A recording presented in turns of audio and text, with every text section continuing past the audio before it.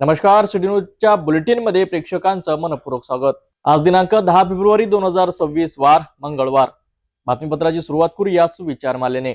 वेळ, सत्ता, संपत्ती आणि शरीर साथ देवो या ना देवो, परंतु चांगला स्वभाव, समजूतदारपणा आणि चांगले संबंध कायम आयुष्यभर साथ देतात।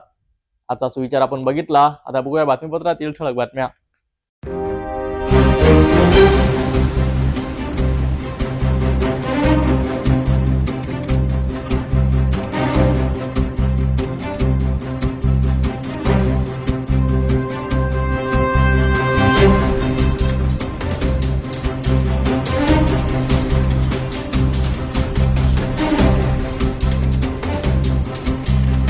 ठळक बातमी बघितला। आता घेऊया एक छोटासा ब्रेक। शादी और ब्याह की शुरुआत आराधना साड़ी के साथ। Aradhana wholesale shopping mall L2 बीझलँड complex, Nandgaon Peth, Amravati, Jawahar road, Amravati. Break नंतर बघूया सविस्तर बातम्या। अमरावती शहरातील राजापेठ पोलीस स्टेशन हद्दीत शंकरनगर मार्गावरील एका बियर शॉपीत बेकायदेशीररित्या मद्यपान सुरू असल्याची माहिती गुन्हे शाखेला मिळाली होती। या माहितीच्या आधारे गुन्हे शाखेचे पोलीस निरीक्षक संदीप चव्हाण यांच्या मार्गदर्शनाखाली पोलीस निरीक्षक गजानन सोनुने यांच्या नेतृत्वात गुन्हे शाखेच्या पथकाने संबंधित बियर शॉपीवर अचानक धाड टाकली आहे। या धाडीत शॉपीमध्येच मद्यपान करत असलेले ग्राहक आढळून आलेत। यावेळी पोलिसांनी ग्राहकांसह बियर शॉपीच्या संचालकांनाही ताब्यात घेतले। नियमांचे उल्लंघन करून शॉपीमध्येच मद्यपानास परवानगी दिल्याप्रकरणी ग्राहक आणि संचालकांविरोधात संबंधित कलमान्वये गुन्हा दाखल करण्यात आले आहेत। या कारवाईमुळे शहरातील बियर शॉपी चालकांमध्ये खळबळ उडाली असून पोलिसांकडून पुढील तपास सुरू आहे।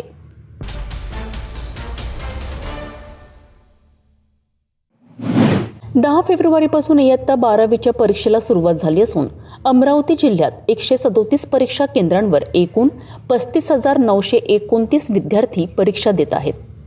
पहिल्या दिवशी इंग्रजी विषयाचा पेपर असल्यामुळे सकाळपासूनच परीक्षा केंद्रांवर विद्यार्थ्यांची मोठी गर्दी पाहायला मिळाली। रोल नंबर तपासण्याकरिता विद्यार्थी वेळेआधीच केंद्रांवर पोहोचले होते। परीक्षा शांततेत पार पाडावी याकरिता सर्व केंद्रांवर कडेकोट पोलीस बंदोबस्त ठेवण्यात आला आहे।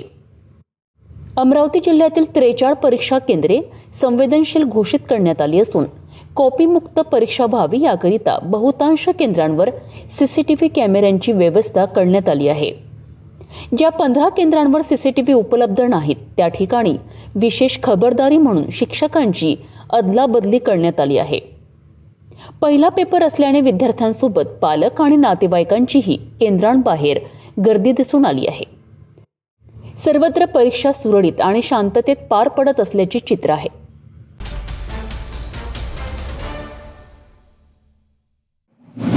विद्याभारती महाविद्यालयामध्ये 12वी बोर्डाची परीक्षा सुरळीत पार पडली। परीक्षा पारदर्शक आणि कॉपीमुक्त व्हावी यासाठी केंद्र प्रमुखांच्या मार्गदर्शनाखाली कॉपीमुक्त अभियानाची काटेकोर अंमलबजावणी करण्यात आली।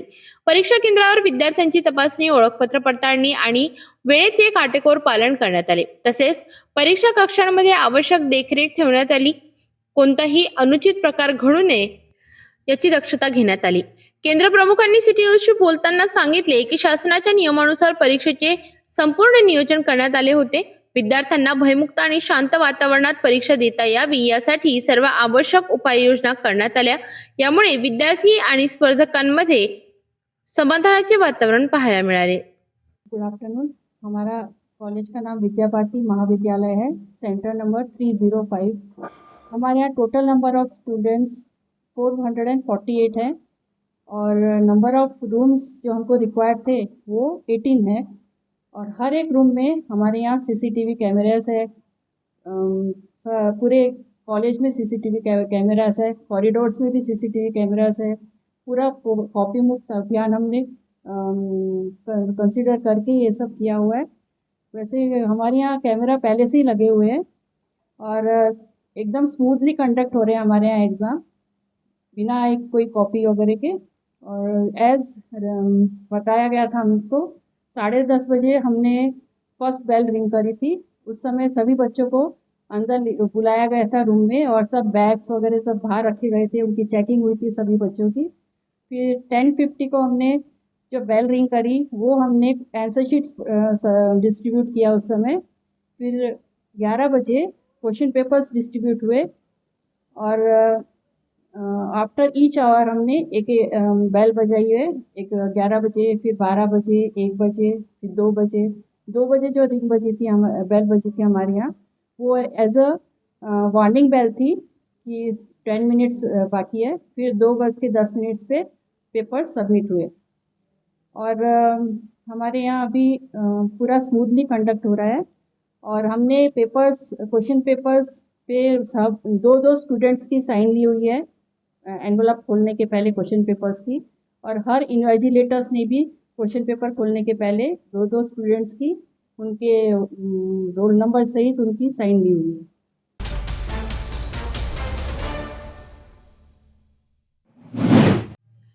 अमरावती महानगरपालिकेला नवे नेतृत्व मिळाले आहे। महापौर पदाची धुरा श्रीचंद तेजवानी यांनी स्वीकारली असून पदभार स्वीकारताच ते थेट ऍक्शन मोड मध्ये दिसून येत आहेत।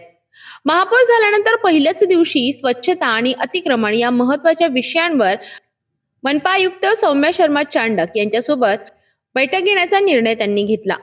अमरावती महानगरपालिकेच्या महापौरपदी भाजपाचे श्रीचंद तेजवानी यांची निवड झाल्यानंतर त्यांनी मंगळवारी 10 फेब्रुवारी रोजी अधिकृतपणे पदभार स्वीकारला।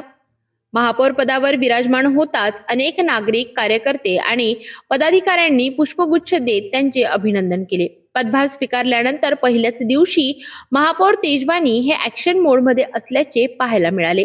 शहरातील स्वच्छतेची गंभीर समस्या आणि वाढते अतिक्रमण या मुद्द्यांवर त्यांनी थेट मनपा आयुक्त सौम्या शर्मा यांच्यासोबत बैठक घेण्याचा निर्णय घेतला। या बैठकीत शहर स्वच्छता मोहीम, कचरा व्यवस्थापन, रस्त्यावरील अतिक्रमण आणि नागरिकांच्या तक्रारींवर ठोस उपाययोजना करण्यावर चर्चा होणार असल्याची माहिती आहे। यावेळी प्रतिक्रिया देताना महापौर श्रीचंद तेजवानी म्हणाले की अमरावती शहर स्वच्छ आणि सुनिश्चित करणे हे माझे पहिले प्राधान्य असेल। नागरिकांना मूलभूत सुविधा मिळाव्यात यासाठी प्रशासनासोबत समन्वयाने काम करू। महापौरांच्या या स्पष्ट भूमिकेमुळे शहरातील नागरिकांमध्ये सकारात्मक अपेक्षा निर्माण झाल्या आहेत। नव्या महापौरांनी पहिल्याच दिवशी दाखवलेला ऍक्शन प्लॅन पाहता अमरावती शहरात बदलाची सुरुवात होईल अशी आशा नागरिक व्यक्त करीत आहेत। सबसे पहला काम है मेरा, देखो 87 नगर सेवक आए हैं। 87 नगर सेवक अलग अलग ग्रुप से आए हैं, अलग अलग पार्टी से आए हुए हैं, पर जब वो सभागृह में बैठेंगे तो सभी नगर सेवक का प्रतिनिधित्व करेंगे वो जनता का। तो जनता की सबसे बड़ी समस्या जो मेरे ध्यान में आई हुई है, क्योंकि मैं सिर्फ मेरे प्रभाग का नहीं हूँ, बाहर भी घुमा हूँ, जहाँ जहाँ भी जाते हैं वहाँ पे दिखता है ऐसा गंदगी। तो ये प्रशासन काल जो था 4 वर्ष का, उसमें सबसे ज़्यादा जो ध्यान नहीं दिया गया है वो साफ सफाई भी दिया गया है। मैं प्रशासन को गलत नहीं बोलूँगा, यहाँ पे जो अधिकारी वर्ग है, क्योंकि उन्होंने पैसे तो उतने बांटे ही है, जो पहले बांटते थे आज भी उतने ही बांटे हैं, पर उनको देने के बाद में और इन्होंने कोशिश भी की है, पर शायद मेरे को लग रहा है कि नीचे के तबके ने या ठेकेदार ने उतना उसको दिमाग पे या दिल पे लेके काम नहीं किया है। इसके लिए आज इतनी बड़ी समस्या को हमको फेस करना पड़ रहा है।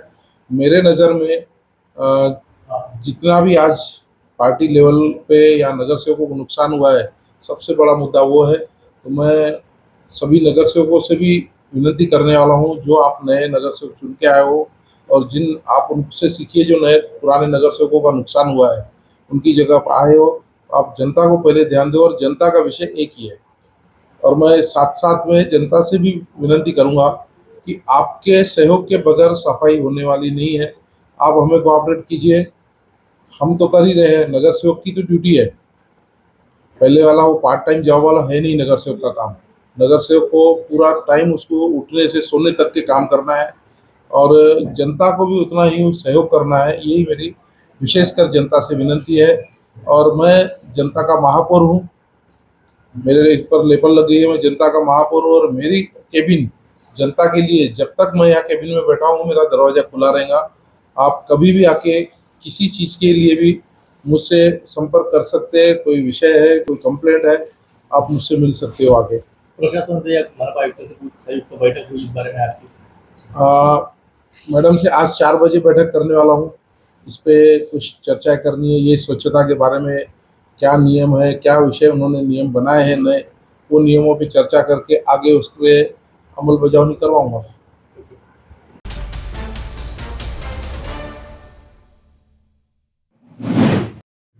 अमरावती तालुक्यातील वाघोली गावात गेल्या 20 वर्षांपासून आदिवासी फासेपारधी समाजातील नागरिकांनी मौजे वाघोली सर्वे नंबर 18-1 मधील ई क्लास जमिनीवर अतिक्रमण केले आहेत।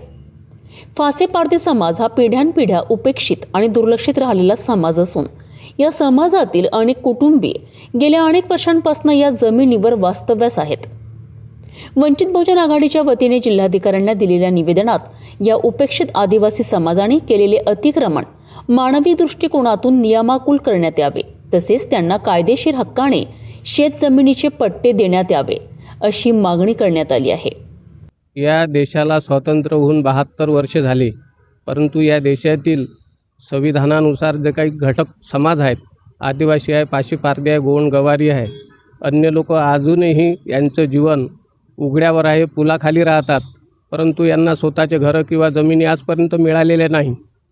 परंतु गेल्या 20 वर्षापासून या आदिवासी समाजांनी वाघोली येथील फाशेपारधी लोकांनी 20 वर्षापासून गायरान जमिनी काढलेल्या आहे, परंतु शासनाचा नियम असा आहे की जे आदिवासी लोक आहे यांचा समाजाचा उत्थान होण्यासाठी किंवा यांचा सर्वांगीण विकास करण्याकरिता यांना शेतजमिनी मिळण्यात यावे यासाठी निवेदन या ठिकाणी देण्यात आलेले आहे।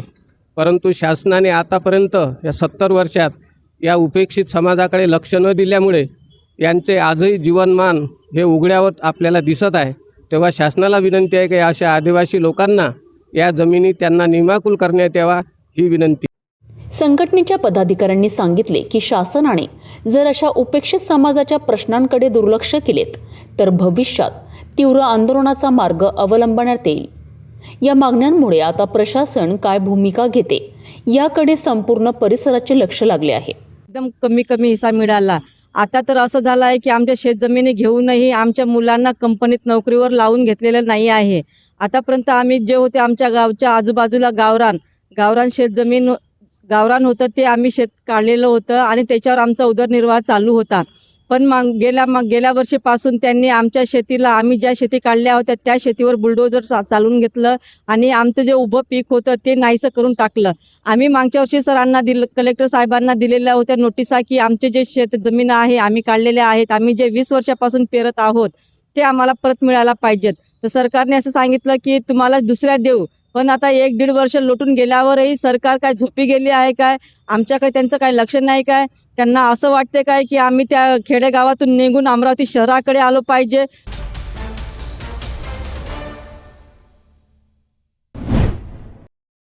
बडनेरा शहरात आर्थिक फसवणूक आणि मारहाणीचा गंभीर प्रकार उघडकीस आला आहे। या प्रकरणी अशोक मनोहर बनसोडे वय 49 वर्ष राहणार संभाजीनगर यांनी पोलीस ठाण्यात तक्रार दाखल केली आहे।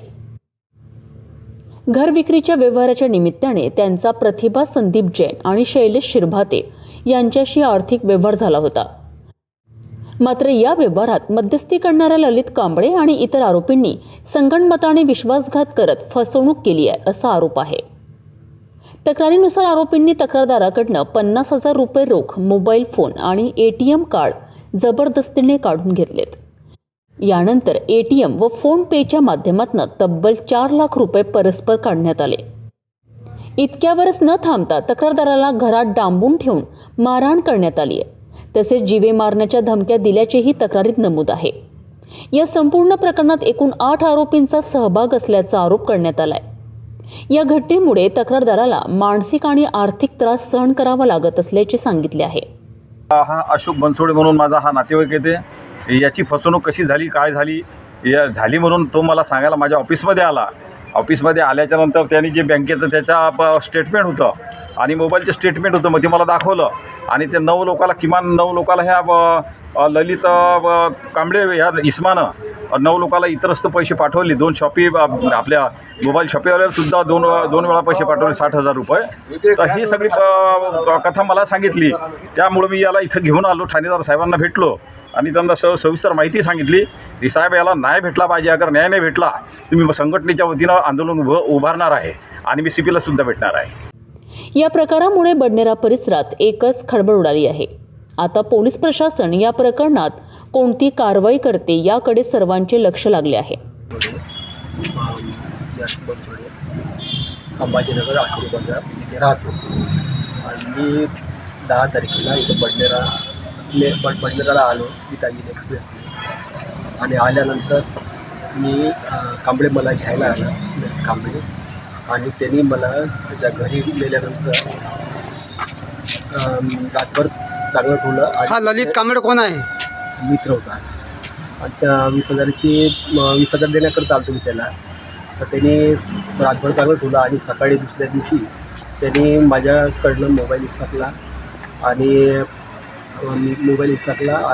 ATM पण इसकला आणि त्याच्यानंतर माझे रोख रक्कम त्याला 20,000 दिले होते मी त्याची दिले होते. तर त्यांनी उर्वरित रक्कम पण काढून घेतली माझ्याकडे 20,000 म्हणजे 50 उर्वरित माझे नेमकी किती? 50 काढले.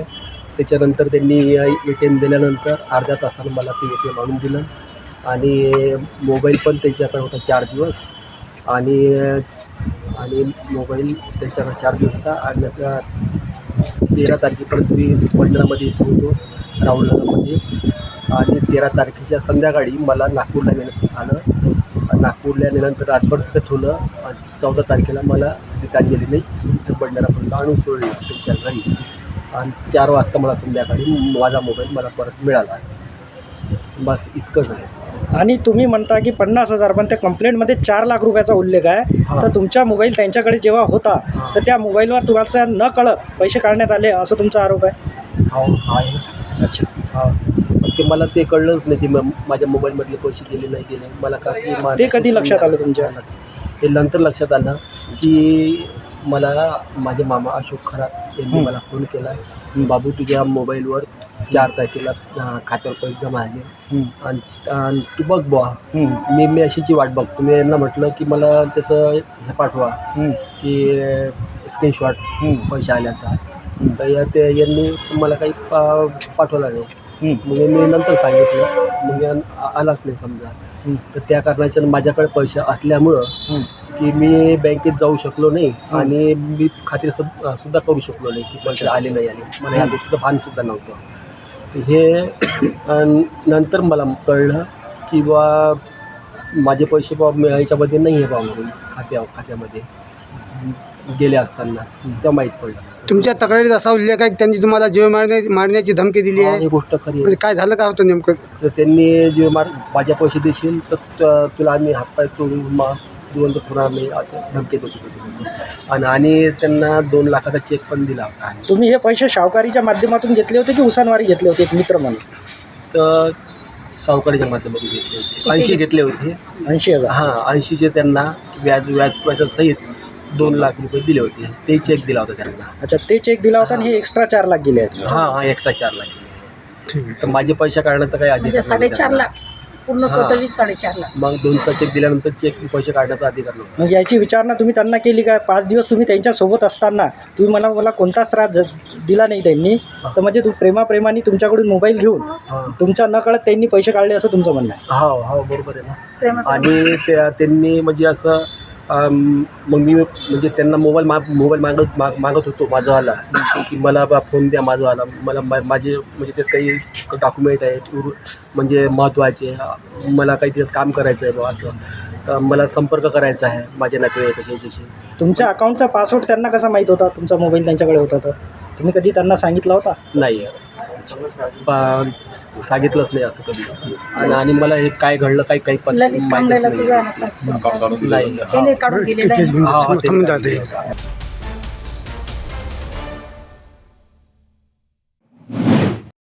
आगामी महाशिवरात्रीनिमित्त धामंत्री येथे प्राचीन श्री नागेश्वर महादेव संस्थानच्या वतीने 9 मार्च रोजी भव्य कलश यात्रेचे आयोजन करण्यात आले होते. या कलश यात्रेचा प्रारंभ वरतयाणी वर्धा नदीच्या तीरावर आरती करून करण्यात आला. वारकरी मंडळींच्या भजन दिंडीसह शेकडो महिला डोक्यावर कलश घेऊन यात्रेत सहभागी झाल्यात. कडक उन्हातही महिलांनी अणवाणी पायाने ओम नमः शिवायचा जप करत नगर प्रदक्षिणा घालत मंदिराकडे वाटचाल केली. गावात ठिकठिकाणी कलश यात्रेचे पूजन व स्वागत करण्यात आले.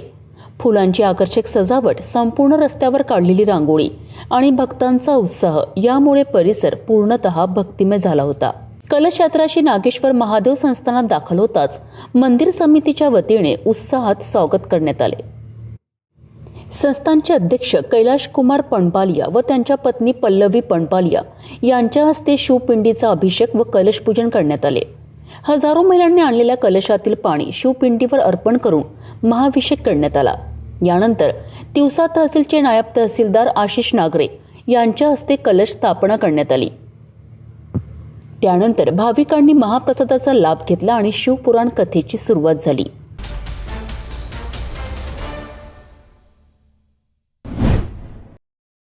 नागपूर शहरातील पाचपावली पोलीस ठाणे हद्दीत राणी दुर्गावती चौकाकडे जाणाऱ्या रस्त्यावर भारत पेट्रोलियम जवळील सार्वजनिक ठिकाणी ASTO पथकाने सोमवार 9 फेब्रुवारी रोजी कार्यवाही केली. मिळालेल्या गुप्त माहितीच्या आधारे ASTO पथकाने छापा टाकला असता तौसिफ नियाज कुरेशी वय वर्ष 26 आणि एक 34 वर्षीय महिला हे 2 आरोपी पीडित महिलांना पैशाचे आमिष दाखवून देह व्यापारास प्रवृत्त करत असल्याचे पंचासमक्ष आढळून आले.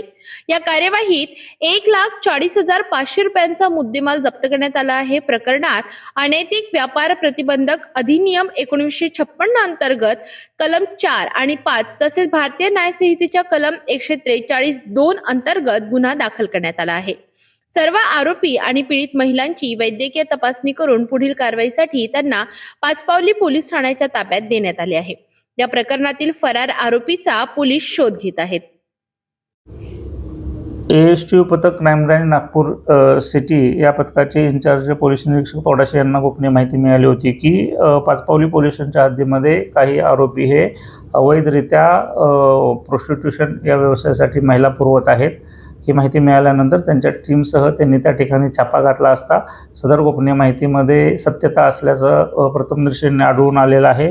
त्यानुसार 2 ज्या महिला आहेत ज्या बाहेरच्या जिल्ह्यातून आणण्यात आल्या होत्या त्यांची सुटका करण्यात आलेली आहे. याच्यामध्ये एकूण 2 आरोपींना सध्या ताब्यात घेण्यात आलेलं आहे आणि एक ॲक्यूज आहे ते अजून वॉन्टेड आहे. त्याचा पुढील शोध सुरू आहे. पाचपावली पोलीस स्टेशन येथे अवैध मानवी तस्करी कायद्याअंतर्गत गुन्हा दाखल झालेला असून पुढील तपास आता पाचपावली पोलीस स्टेशन करत आहे. एकूण ह्याच्यामध्ये 1,04,000चा मुद्देमाल जप्त करण्यात आलेला आहे आणि पुढील तपास करण्यासाठी पाचपावली पोलीस स्टेशन येथे सुपूर्द करण्यात आलेलं आहे.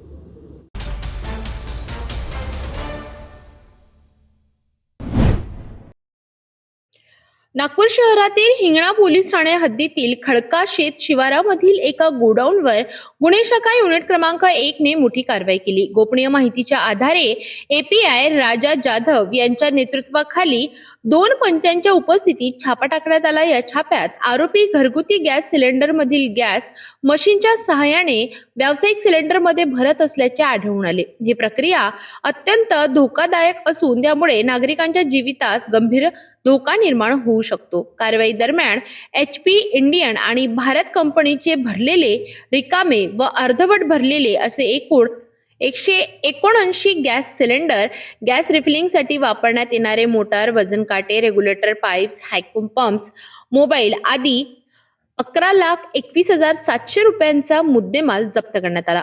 आरोपींविरोधात BNS कलम 287 सह अत्यावश्यक वस्तू अधिनियम कलम 3 आणि 7 अंतर्गत गुन्हा दाखल करण्यात आला आहे.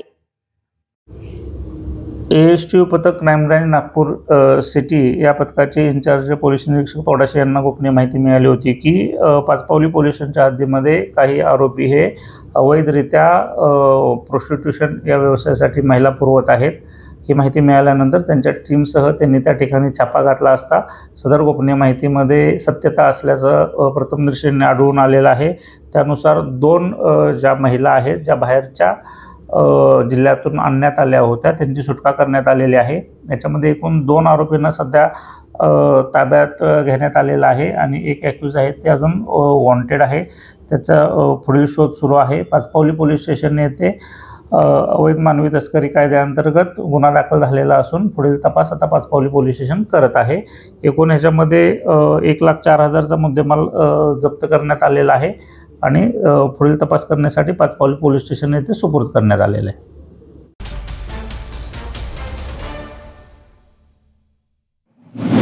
नागपूर जिल्ह्यातील रामटेक तहसील अंतर्गत सुरू असलेल्या रामटेक बस स्थानकाच्या नूतनीकरणाच्या कामावर गंभीर प्रश्नचिन्ह उपस्थित झाले आहेत. तब्बल 10 कोटी रुपये खर्च करून सुरू असलेल्या या कामात निकृष्ट दर्जाची बारीक वाळू वापरण्यात येत असल्याचा आरोप नागरिकांकडून करण्यात येत आहे. काम सुरू असतानाच इमारतीला भेगा पडल्याची चित्र समोर आली असून बांधकामाच्या दर्जावर संशय निर्माण झाला आहे. या प्रकरणाला आणखी गंभीर वळण मिळाले तेव्हा गेल्या 1 वर्षांपासून चोरीच्या विजेचा वापर करून बांधकाम सुरू असल्याची बाब उघडकीस आली आहे. या संदर्भात महावितरणाच्या रामटेक विभागाने छापा टाकून मोठ्या प्रमाणात वीज चोरी उघडकीस आणली आहे. छाप्यानंतर महावितरणने तात्काळ बस स्थानकाच्या बांधकाम स्थळाचा वीज पुरवठा खंडित केला आहे. या संपूर्ण प्रकरणात रामटेक बस आगार व्यवस्थापनाची भूमिका संशयाच्या भोवऱ्यात सापडली असून जबाबदारी कोणाची यावर चर्चा सुरू आहे. साहब जो है वैद्य साहब, उन्होंने मुझे इसके बारे में फ़ोन किया था, मतलब डेप्यूटी एग्जीक्यूटिव इंजीनियर रामटेक उप विभाग की तरफ से मुझे फ़ोन आया था. मैं यहाँ पे रामटेक शहर वितरण केंद्र का सहायक अभियंता हूँ. तो मुझे एक फ़ोन के ऊपर कंप्लेन आई थी कि यहाँ पे चोरी का काम चालू है.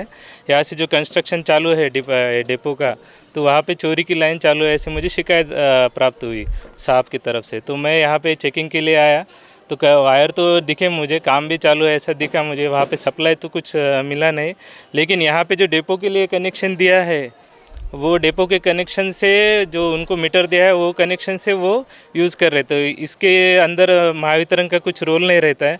हम मीटर के तक ही देखते, उसके आगे का काम जो रहता है वो कंज्यूमर का रहता है. इसलिए हमारे डिपार्टमेंट में उसका कोई रोल नहीं है. ऐसा हमने उनको इंटीमेशन दे के रखा है कि वो कनेक्शन जो है आप निकाल के रखो, क्योंकि वो भी रिस्की है, लेकिन वो हमारे डिपार्टमेंट की तरफ नहीं आता. या दरम्यान रामटेक बस डेपोचे प्रभारी गौरीशंकर भगत यांनी प्रतिक्रिया देताना सांगितले की बांधकामासाठी कंत्राटदाराला तात्पुरता वीज पुरवठा देण्यात आला होता. मात्र आता कंत्राटदाराला अधिकृत वीज कनेक्शन घेण्याचे निर्देश देण्यात आले आहेत. हमने तात्पुरता कनेक्शन दिया है, उसको बोला गया है कि आपका वो कनेक्शन ले, उसकी कार्रवाई चालू है, वो कनेक्शन ले लेगा. अभी काम चालू था, तात्पुरता कनेक्शन दिया हुआ है उसको. कंपनी का मेरे को आइडिया नहीं है, लेकिन मैं यहाँ पे अतीत कारोबार के लिए आया हूँ. जो रेगुलर डिपो मैनेजर है वो रजे पे है. अभी मैं आपको माहिती लेके दे सकता हूँ उसकी. अभी फिलहाल मेरे पास आइडिया नहीं, माहिती नहीं उसकी. महत्त्वाची बाब म्हणजे निकृष्ट वाळू वापरल्याची माहिती काही प्रवाशांनी थेट पत्रकारांना फोन करून दिल्यानंतरच हे प्रकरण समोर आले आहेत. महाराष्ट्र राज्य परिवहन महामंडळाच्या वतीने आमच्या या रामटेकमध्ये नवीन बसस्थानक बस डेपो निर्माण होत आहे. त्याबद्दल वर्षभरापासून हे काम चालू आहे आणि याची आपल्याला माहिती मिळाली. त्या माहितीच्या आपण चौकशीसाठी इथे आलोच. तर सर्वात प्रथम इथे जे काम चालू होतं तिथे विद्युत चोरीचे आपल्याला प्रकार दिसलं. प्रकार म्हणजे असं होतं की ST डेपोच्या एकच मीटर आहे, त्या मीटरमधून सर्व लाईन घेऊन काम करून आले. पण हे सेफ्टीच्या हिशोबाने आपण पाहिलं तर हा एक चोरी दिसत होती आणि ते आपण लक्षात आणून MSCBला फोन करून त्या अधिकाऱ्याला इथं बोलवलं आणि चौकशी करून त्यांनी मान्य केलं आणि ते केबल काढून त्यांचं बंद केलं. तसंच दुसरं आपण पाहिलं की इथे निर्माण होत असणारी जी वास्तू आहे त्याला वापरण्यात येणारी जी वाळू दिसाली ती वाळू इथल्या लोकल नाल्यातली वाळू दिसली. कारण ही इमारत वर्षोनवर्ष टिकायला पाहिजे हा कुठेतरी या क्षमतेचा विचार करून, दर्जेचा विचार करून म्हणून ही वाळू इथे लवकरात लवकर चांगली वाळू इथे आणून हा निर्माण कार्य करावं. अन्यथा भविष्यात याच्या विरोधात मोठं आंदोलन किंवा मोठी कारवाई संबंधित अधिकारी जी आपली उमा तिवारी मॅडम यांनी वर्षभरापासून या गोष्टीकडे लक्ष दिलेलं नाही आणि त्यांनी या गोष्टीकडे लक्ष देऊन लवकरात लवकर हा प्रश्न मार्गी लागावं, अन्यथा यांच्यावर कारवाई करण्यात येईल. एकीकडे कोट्यवधी रुपयांचा सार्वजनिक निधी खर्च होत असताना दुसरीकडे वीज चोरी, निकृष्ट बांधकाम आणि अधिकाऱ्यांची दुर्लक्षपणे भूमिका यामुळे नागरिकांमध्ये तीव्र संताप व्यक्त केला जात आहे. रामटेक बस स्टैंड में अभी जिस प्रकार से आप देख रहे हैं कि ये 10 करोड़ रुपए का बस स्टैंड का कामकाज है और यहाँ पे जिस प्रकार से एस्टीमेट बना है वो एस्टीमेट के अनुसार ये काम नहीं हो रहा है. नंबर 1 विषय, ये जो काम है Maharashtra state road transport corporation के माध्यम से उनका ही एक निधि है. जहाँ जहाँ महाराष्ट्र में जो बस स्टैंड की इमारतें ख़राब हुए हैं वहाँ पे नया बांधकाम का एक इमारत है. अब इसमें जो रेत कैसी होना चाहिए, भंडारा वाली रेत होना चाहिए अपने हिसाब से. यहाँ पूरी नाले की रेत यहाँ पे डाला, वहाँ पे अभी तुमने दिखाया, इसके पहले भी मैंने दिखाया कि पूरा मिट्टी मिश्रित रहती है. वहाँ पे पूरे खर्रे की पुड़ियाँ मिलेंगी तुमको, तो वहाँ पे कोई काड़ी कचरा मिलेगा, ऐसी रहती है.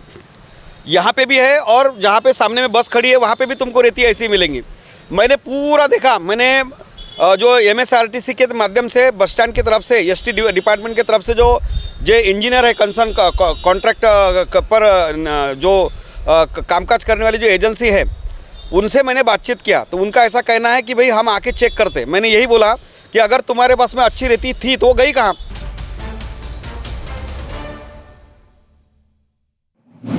भोकरदन तालुक्यातील पारतपासून अवघ्या 12 किलोमीटर अंतरावर असलेल्या वाढोणा गावात निसर्गाचा एक दुर्मिळ आविष्कार पाहायला मिळत आहे।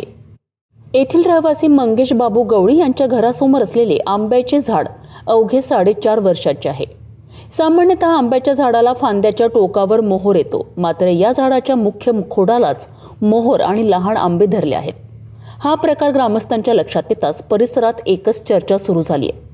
निसर्गाच्या या अनोख्या किमयेमुळे झाड पाहण्याकरिता नागरिक मोठ्या संख्येने येत आहेत। वनस्पती शास्त्रज्ञांच्या मते झाडातील पोषक घटकांचा प्रवाह, हवामानातील बदल आणि अंतर्गत जैविक प्रक्रियांमुळे अशा घटना घडू शकतात, मात्र अशा घटना क्वचितच पाहायला मिळतात।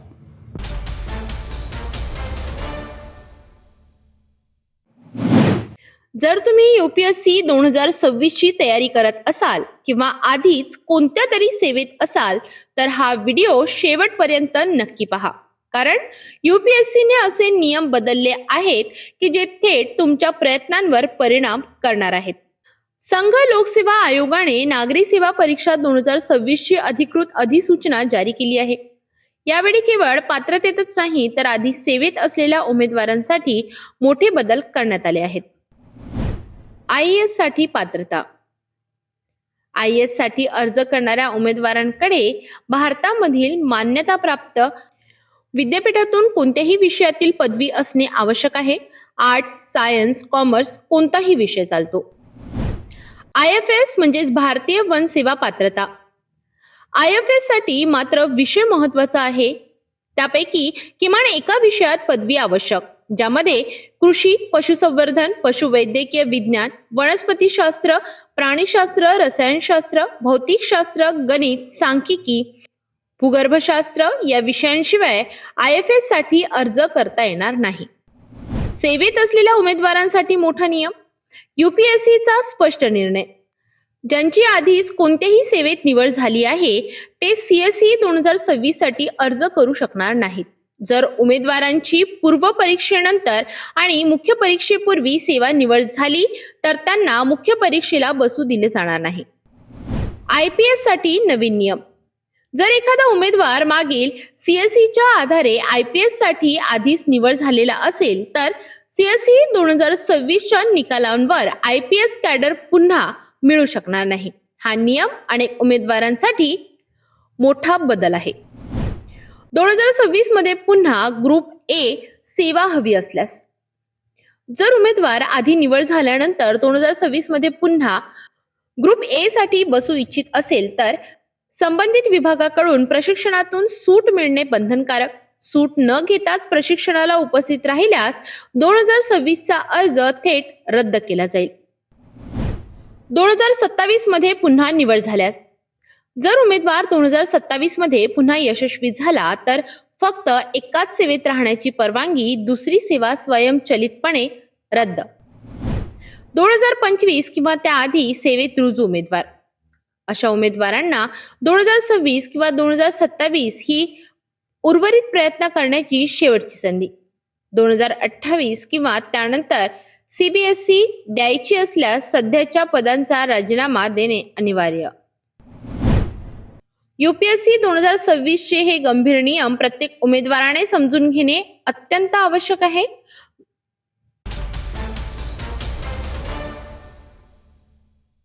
दादा पुन्हा एकदा आजच्या ठळक बातम्या।